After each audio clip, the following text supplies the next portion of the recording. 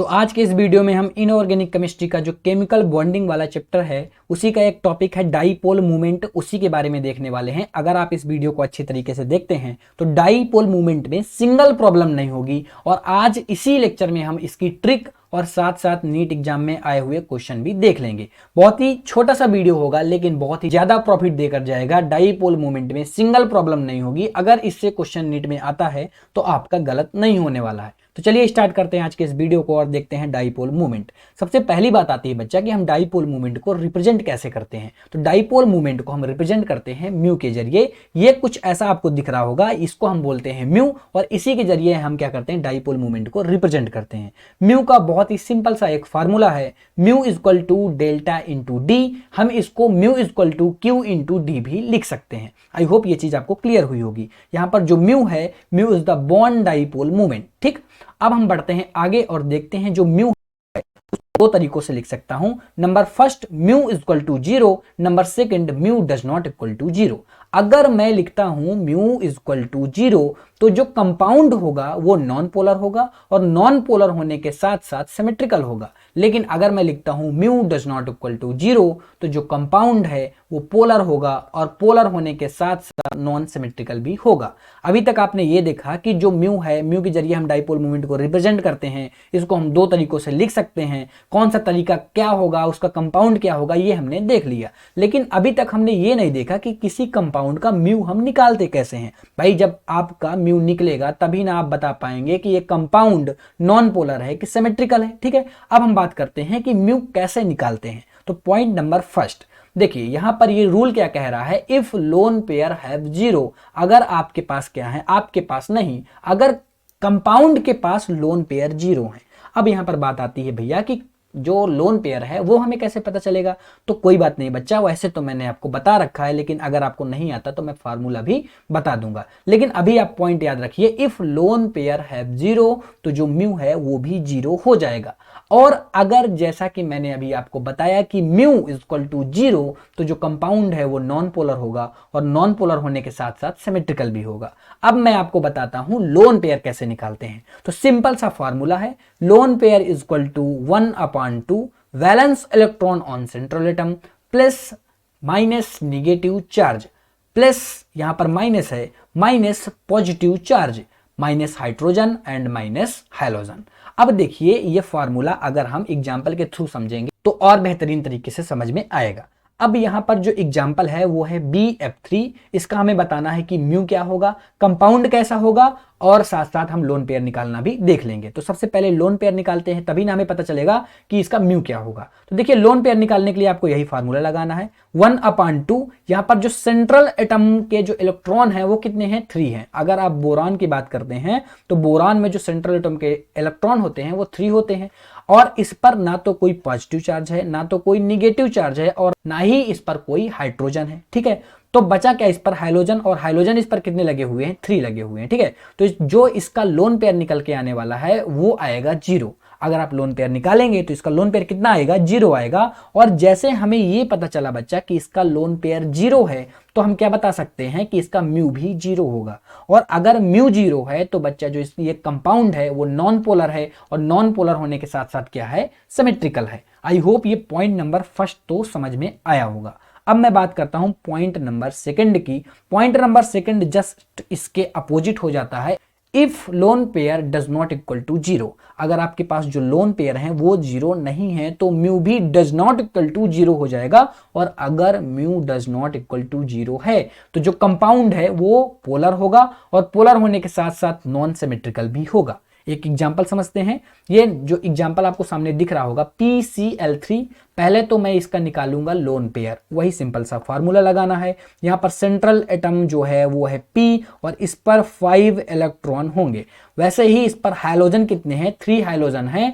तो जो इसका लोन पेयर निकल के आने वाला है वो कितना आएगा, 2 आएगा। और अगर लोन पेयर 2 है मतलब lone pair does not equal to 0 और हमें ये पता चल गया कि lone pair does not equal to 0 है इस कंपाउंड के, तो इसका जो म्यू है वो भी डज नॉट इक्वल टू 0 के हो जाएगा। और जो कंपाउंड है वो क्या हो जाएगा, पोलर, पोलर होने के साथ साथ नॉन सिमेट्रिकल होगा। आई होप ये चीज आपको समझ में आ गई होगी। अगर आप लोन पेयर निकालते हैं तो आपको म्यू पता चल जाएगा, कंपाउंड पोलर है कि नॉन पोलर ये पता चल जाएगा, और सिमेट्रिकल है कि नॉन सिमेट्रिकल ये भी पता चल जाएगा। आई होप ये दोनों पॉइंट आपको अच्छी तरीके से समझ में आ गए होंगे। अब हम बात करते हैं जो डाइपोल मोमेंट है उसका ऑर्डर कैसे निकालते हैं। अभी तो हमने ये देखा कि डाइपोल मोमेंट कैसे निकालते हैं, अब हम इसके ऑर्डर की बात करते हैं। तो इसका जो पॉइंट नंबर फर्स्ट है वो क्या कहता है, पॉइंट नंबर फर्स्ट कहता है if atom is non symmetrical तो बॉन्ड एंगल जो होगी वो चेंज होगी। यहां पर अगर lone pair does not equal to 0 तो जो कंपाउंड है वो नॉन सिमेट्रिकल होगा, और अगर कंपाउंड नॉन सिमेट्रिकल है देन बॉन्ड एंगल चेंज होगी। अब यहां पर आपको दो तरीके के रूल देखने के लिए मिल जाएंगे। नंबर फर्स्ट, अगर साइड एटम की साइज क्या होती है, इंक्रीज होती है, तो जो बॉन्ड एंगल है वो क्या होता है, बॉन्ड एंगल बढ़ता है, बॉन्ड एंगल भी इंक्रीज होता है, और जो म्यू है बच्चा वो क्या होती है, वो डिक्रीज होती है। एक एग्जांपल आपको सामने दिख रहा होगा। अब देखिए यहां पर अगर मैं बात करता हूं तो यहां पर अगर मैं सेंट्रल एटम की बात करूं तो सेंट्रल एटम तीनों में क्या है, पी है, ठीक है। अगर मैं बात करता हूं साइड एटम की तो यहां पर क्या हो जाएगा, फ्लोरीन, क्लोरीन, बोरान।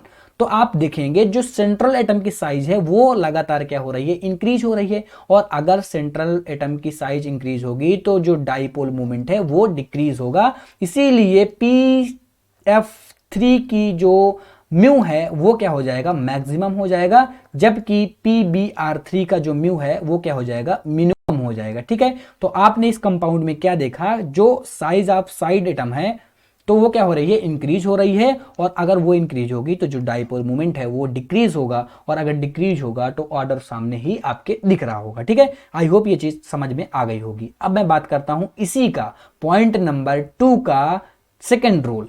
तो पॉइंट नंबर 2 का सेकंड रूल क्या कहता है, साइड ऑफ सेंट्रल एटम। यहां पर ध्यान दीजिएगा, यहां पर सेंट्रल एटम की बात हो रही है, ठीक है, साइड एटम की बात नहीं हो रही है। अगर सेंट्रल एटम की साइज क्या हो रही है, इंक्रीज हो रही है, तो जो बॉन्ड एंगल है वो डिक्रीज होगा और म्यू भी इंक्रीज होगा, ठीक है। इसको भी हम किसके जरिए समझेंगे, एग्जाम्पल के थ्रू समझेंगे। ये सामने आपको एक क्वेश्चन दिख रहा होगा, यहां पर अगर आप देखेंगे तो जो साइड एटम है H2 वो तो सेम है, सब में सेम है, ठीक है, लेकिन यहां पर जो सेंट्रल एटम है वो बच्चा सब में चेंज हो रहा है। और अगर मैं बात करूं सेंट्रल एटम की, तो अगर आप O से Ti की तरफ जाएंगे तो सेंट्रल एटम की जो साइज है वो क्या हो रही है, लगातार इंक्रीज हो रही है। और जैसा कि हमारा रूल कह रहा है कि अगर साइज इंक्रीज होगी तो क्या होगा, जो म्यू है वो क्या होगा, इंक्रीज होगा, और अगर म्यू इंक्रीज होगा तो H2O का जो म्यू है वो क्या हो जाएगा, मिनिमम हो जाएगा, और ये क्या हो जाएगा,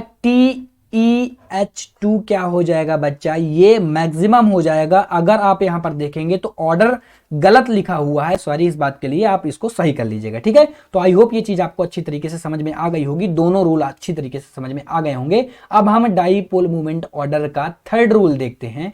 तो जो थर्ड रूल है वो क्या करता है, वो सिस और ट्रांस, जैसे सिस और ट्रांस जैसे कंपाउंड नहीं बनते हैं, जैसे सामने आपको एग्जांपल दिख रहा होगा उसी के थ्रू समझाता हूं, अच्छी तरीके से क्लियर होगा। देखिए ये जो पहला कंपाउंड है वो सिस है, और जो सेकंड कंपाउंड है वो ट्रांस है। और हमारा रूल कहता है कि नॉर्मल क्या होता है, जो सिस कंपाउंड होते हैं उनका म्यू जो होता है वो क्या हो जाता है, अधिक होता है ट्रांस कंपाउंड से, ठीक है। तो यहां पर क्या है, फर्स्ट नंबर सिस है, इसीलिए क्या हो जाएगा, इसका जो म्यू हो जाएगा वो क्या हो जाएगा, मैक्सिमम हो जाएगा, किससे, इस ट्रांस वाले से, ठीक है। आई होप ये चीज आपको अच्छी तरीके से समझ में आ गई होगी। बहुत ही सिंपल सा, बहुत ही छोटा सा रूल है। पॉइंट नंबर 3, पॉइंट नंबर 4 की बात करता हूं तो पॉइंट नंबर 4 भी आपको एग्जांपल के थ्रू ही समझ में आएगा।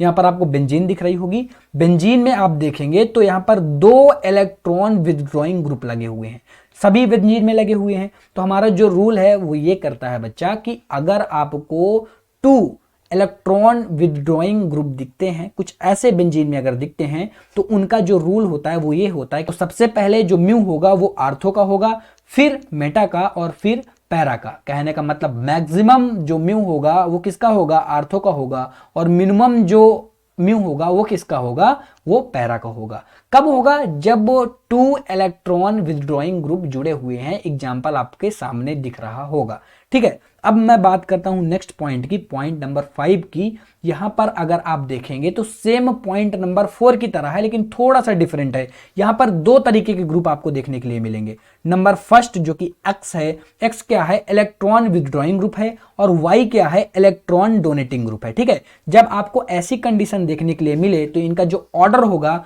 वो आर्थो वाले का जस्ट उसका अपोजिट हो जाएगा। ठीक है, 4 नंबर पॉइंट का जस्ट अपोजिट हो जाएगा। यहां पर आर्थो का क्या हो जाएगा, मिनिमम हो जाएगा, और जो पैरा है वो मैक्सिमम हो जाएगा। ठीक है, आई होप ये दोनों चीज आपको समझ में आ गई होंगी। दोनों पॉइंट को आप रिलेटिव वे पर पढ़ सकते हैं। आई होप ये चीज क्लियर भी हुई होगी। ठीक है, अब हम बात करते हैं नेक्स्ट पॉइंट की।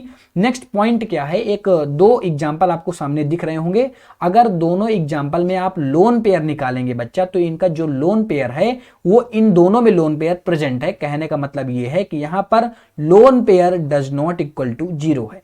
अगर lone pair does not equal to 0 है तो मैं ये कह सकता हूं कि mu does not equal to 0 होगा।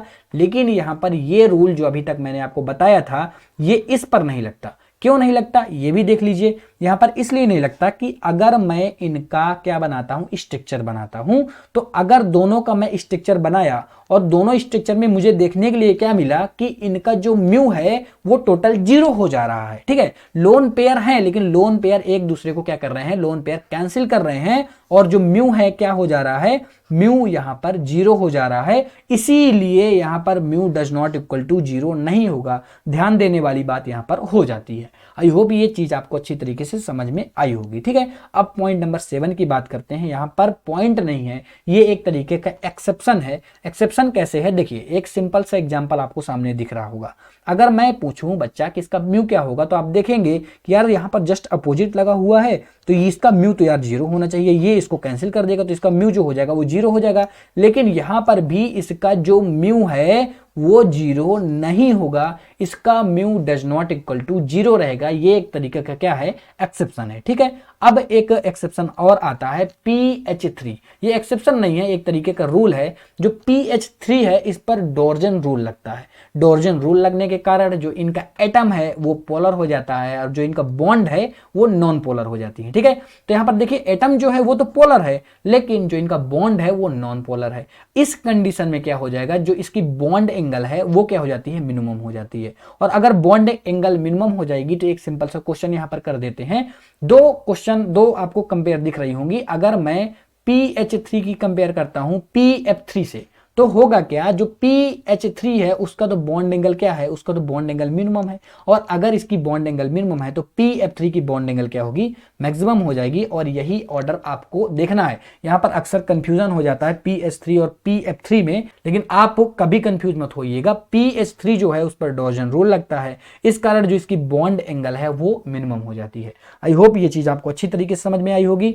और लास्ट में क्या है, रिलेटेड जितने भी एग्जाम से रिलेटेड मोस्ट इंपॉर्टेंट क्वेश्चन है नीट पर आए हुए, कुछ ऑर्डर ऐसे भी हैं जो आपको डायरेक्ट याद भी करने पड़े शायद। ये बहुत ज्यादा वेरी वेरी वेरी इंपॉर्टेंट है। अगर आप इतने ऑर्डर याद कर लिए तो नीट में आपका सिंगल क्वेश्चन इससे नहीं गलत होगा। वैसे तो रूल भी आपने देख ही लिया, लेकिन ये ऑर्डर एक बार जरूर याद रख लीजिएगा, क्योंकि इससे कई बार क्वेश्चन आए हैं और कई बार हम रूल के जरिए इनको पकड़ भी नहीं पाते हैं। ये बहुत ज्यादा मोस्ट इंपॉर्टेंट एग्जाम्पल हो जाते हैं आपके लिए। ठीक है, तो आई होप ये वीडियो आपको अच्छी तरीके से समझ में आया होगा। कोई भी प्रॉब्लम है अगर आपको तो कमेंट करके एक बार जरूर बताएं। मिलता हूं आपसे नेक्स्ट लेक्चर पर। Thank you so much for watching. Tata bye bye.